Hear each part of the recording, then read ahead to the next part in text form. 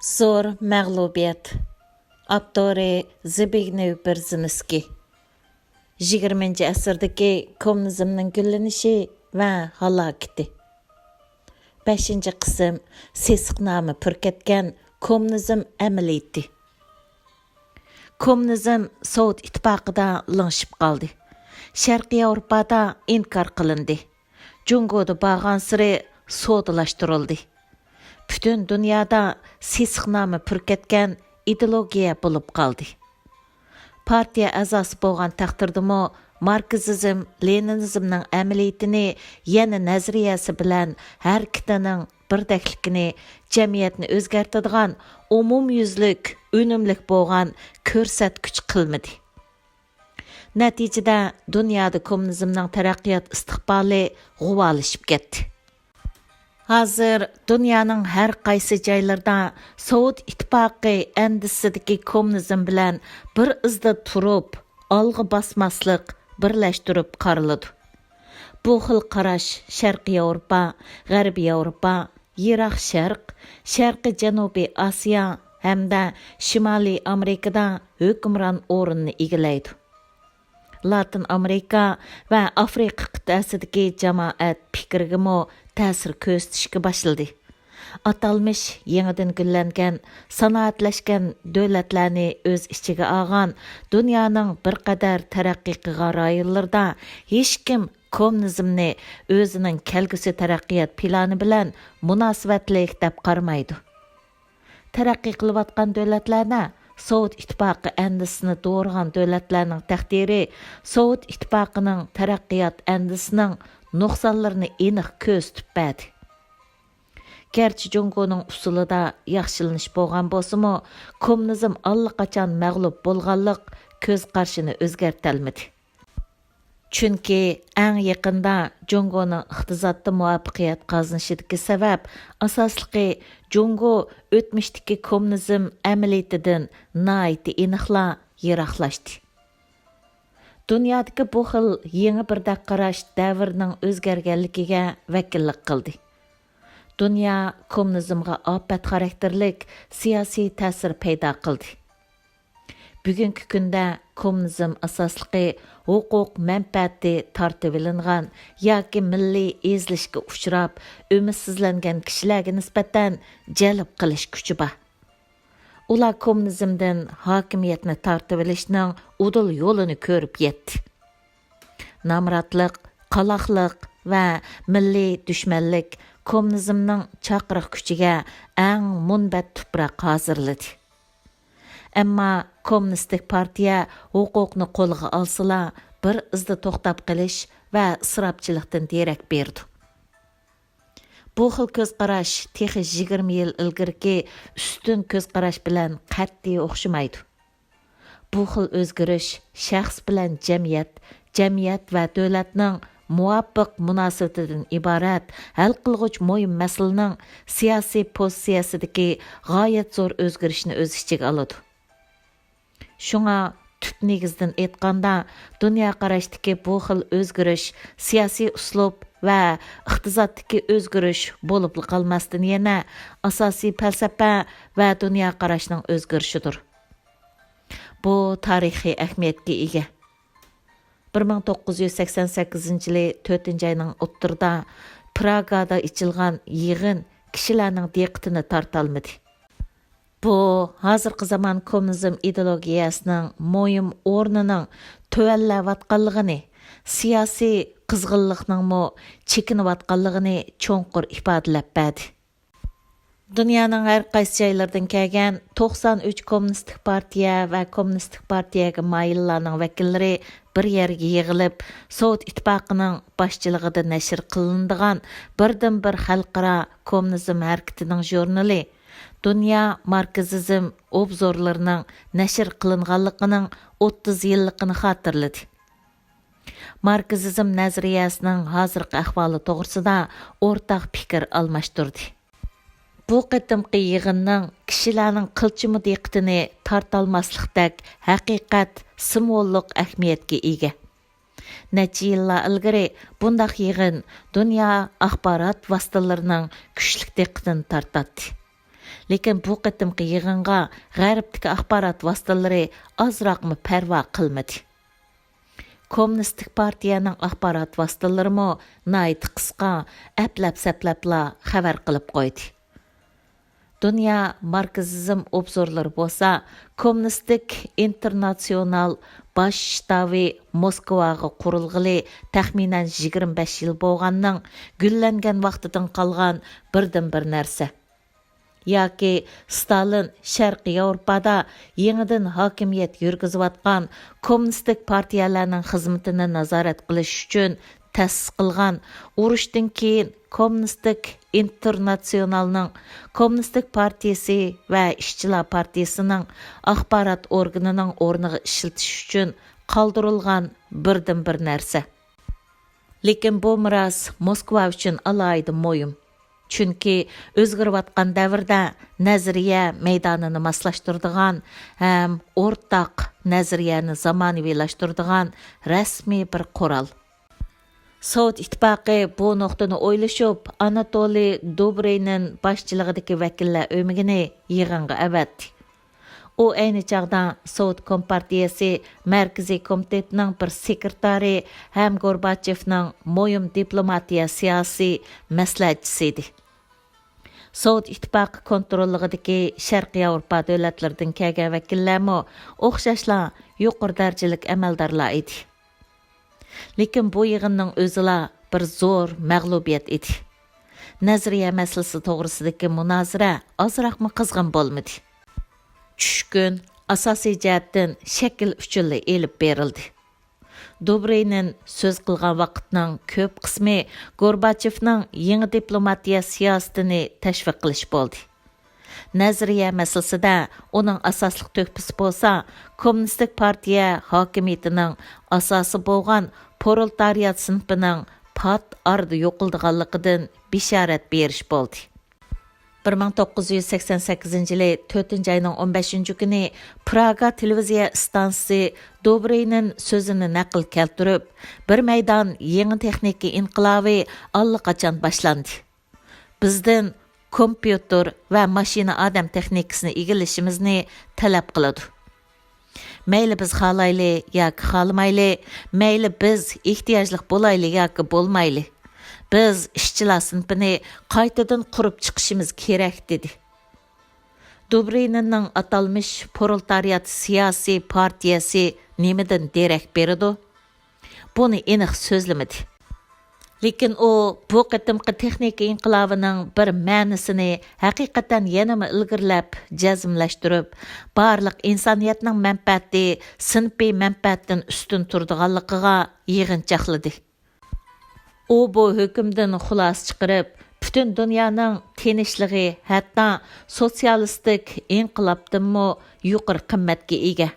Hokimiyatga ega bo'lishga intizor bo'lgan, ammo o'ng'izsizlik uchirgan radikal siyosiy partiyaga nisbatan aytganda, bu uncha jalb qilish kuchiga ega ko'z qarash bo'lmasligi mumkin.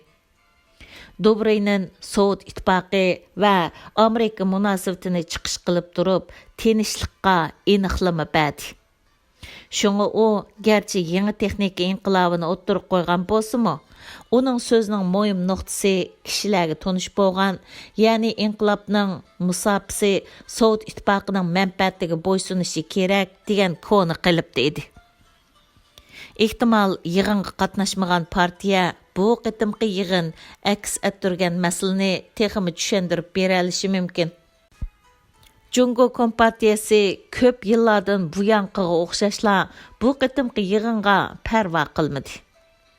Shuning bilan birga hukumatning xabariga qaraganda, dunyo bo'yicha eng ta'sir kuchi bor hokimiyat yurgizadigan Kompartiya Italiya Kompartiyasi.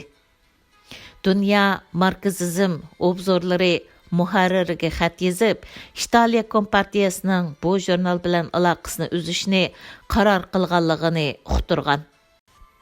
Sekretar Dobroyin faqat Sharqiy Yevropadagi yo'ldoshlari hamda Saudiya Arabiston Kompartiyasi, Shvetsiya Kompartiyasi, ya'ni Solchil, Lyuksemburg Kompartiyasi, Senegal Mustaqil Emgakchilar Partiyasi, Nepal Kompartiyasi qatorliq muntizam bo'lmagan partiya guruhining vakillari bilan birlikda tabrikladi.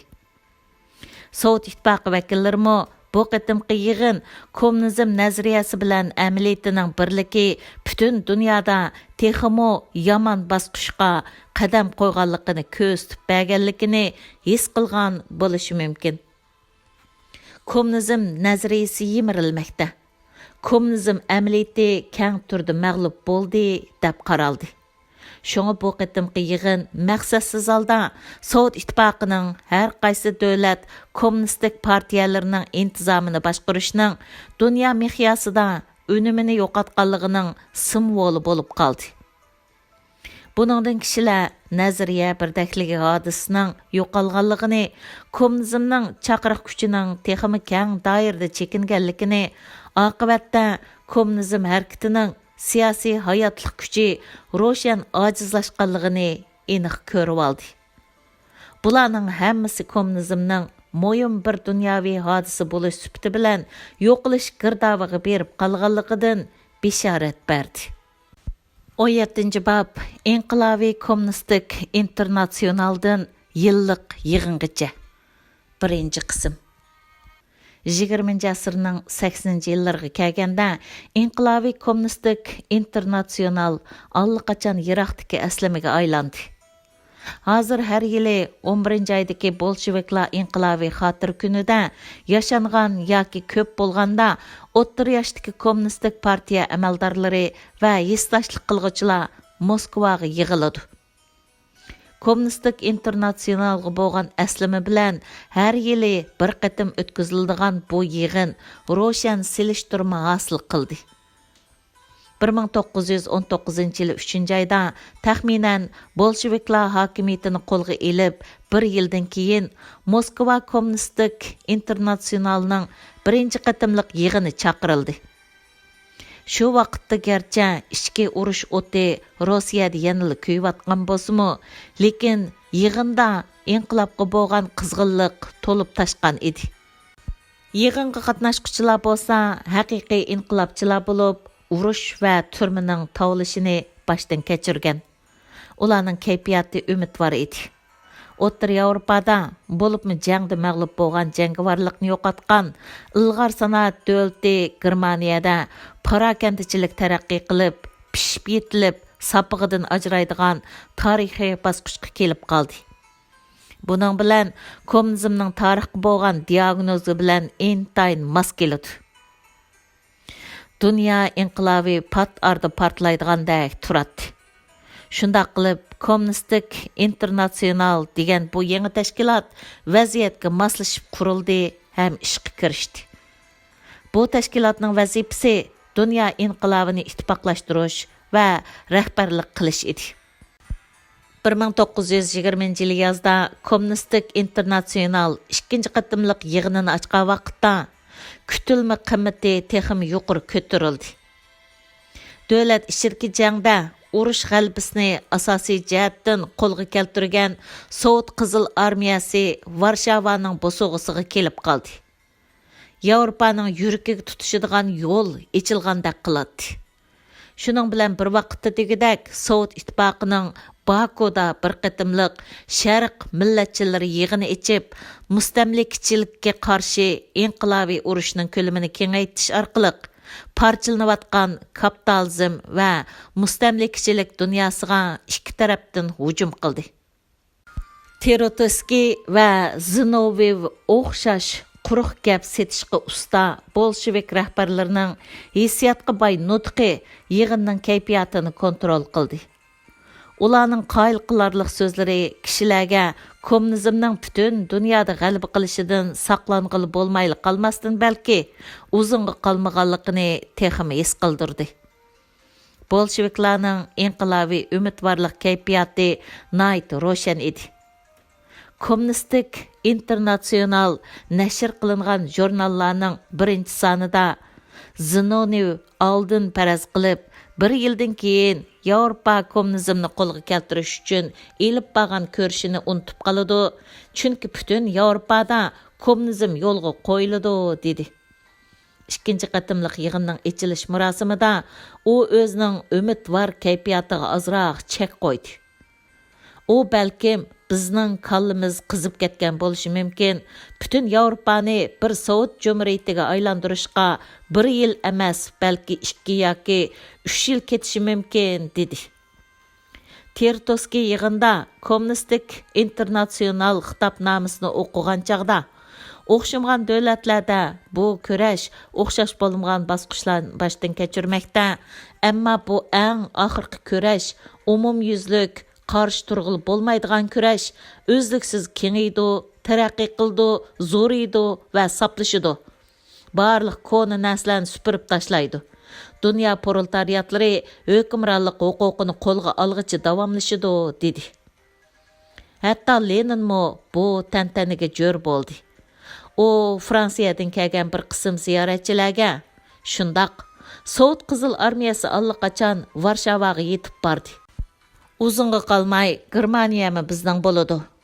Hungariya yana bir qatim bo'ysundiriladi. Balkan kapitalizmga qarshi turdi. İtaliya titreydi. Bu boran chapqin yetib borgan joyda kapitalistik Yevropaning yerilgan ovozini anglag'ili bo'ladi dedi. Lenin boshchiligidagi yangidan vazifaga tayinlangan Sovet ittifoqi bolsheviklar rahbarlari texmi amaliy siyosiy jihatda texmi astoydil usul qo'llanish orqali dunyo marksizm harakatini unumlik kontrol qildi. Ularning ishonchga to'lgan hayvatlik so'zlari ularning bu usulini yo'shirib qala olishi nayt tas. Amaliyotda Sovet ittifoqi kompartiyasi siyosiy byurosi dastlabdila komunistik internatsionalning ijroiya heyetini kontrol qildi hamda so'lchil siyosiy partiyaning 21 qattiq shartini qabul qilsa, komunistik internatsionalga kira oladiganligini qat'iy talab qildi. Oqibatda Moskva bolsheviklarga esdashlik qiladigan, ammo bolsheviklarning intizomining bo'g'ishini qabul qilishni xohlamaydigan sotsial demokratlar va tinchlikparvar tashkilotlarni sirtqi qiqib, kommunistik internatsionalni mustahkam diniy tashkilotga aylantirdi. 1920 yil 8-oyda Polsha Varshava urushida olg'a ilgirlayotgan Sovet Qizil armiyasini mag'lub qildi. Germaniya va boshqa joydagi to'planlarni besiqtirildi. Bu vaqtda Kreml saroyi kommunizmning yaqin kelgusini qaytadan mo'lcharlashga majbur bo'ldi. Lenin va boshqa bolshevik rahbarlari cho'qim davlat ichidagi hokimiyatning mustahkamlanishiga kuch chiqarishi kerak. Oldi bilan Lenin yangi iqtisodiy siyosatni belgiladi. Keyin Stalin Rossiyada dunyo inqilobining taraqqiyoti bilan hech qanday bevosita aloqasi bo'lmagan sotsialistik davlat qurishni qaror qildi. Bunda qaror kommunistik internatsionalning sovutlashishini muqarrar holda yana bir qadam ilgari surdi. Sovet ittifoqida hokimiyat yurgizayotgan partiyaning bir organiga aylanib, Sovet ittifoqining maxfiy saqchi va axborot organi bilan qo'yiq munosabatda bo'ldi. Başta Lenin, keyin Stalin tanlagan yordamchi kommunistik internatsionalning eng yuqori rahbarlik qatlamini kontrol qildi. Stalin bu masalada keskin bo'ldi. 1927-yili bir qatimliq savol-javob xarakteridagi bayonotida u har bir haqiqiy kommunizmchi uchun mutlaq to'g'ri o'lchamni belgilab berdi. Stalin bayonotida bir inqilobchi samimiylik bilan shartsiz, oshkora, ongli holda har vaqt Sovet ittifoqini asrash va qo'g'dashga tayyor turishi lozim. Chunki Sovet ittifoqi dunyodagi birinchi inqilobiy proletariat davlati sotsializm quryotidi. Bir internatsionalistmi samimiylik bilan qilch ikkilanmagan va shartsiz holda Sovet ittifoqini qo'g'dashga har vaqt tayyor turish kerak. Chunki Sovet ittifoqi dunyo inqilobiy harakatining bazasi deb jakarladi. Gerçi Sovet ittifoqi kommunistik internatsionalni qo'pollik bilan kontrol qilayotgan bo'lsa-mu, inqilobning yaqin mezgilda g'alaba qilish ehtimolligi kichiklayotgan bo'lsa-mu, 30 yillar va 2 Dünya urushi mezgilida Rossiyaning sirtdagi kompartiya a'zolariga nisbatan aytganda, kommunistik internatsional yanılı ularning inqilobining umidi va siyosiy e'tiqodi edi.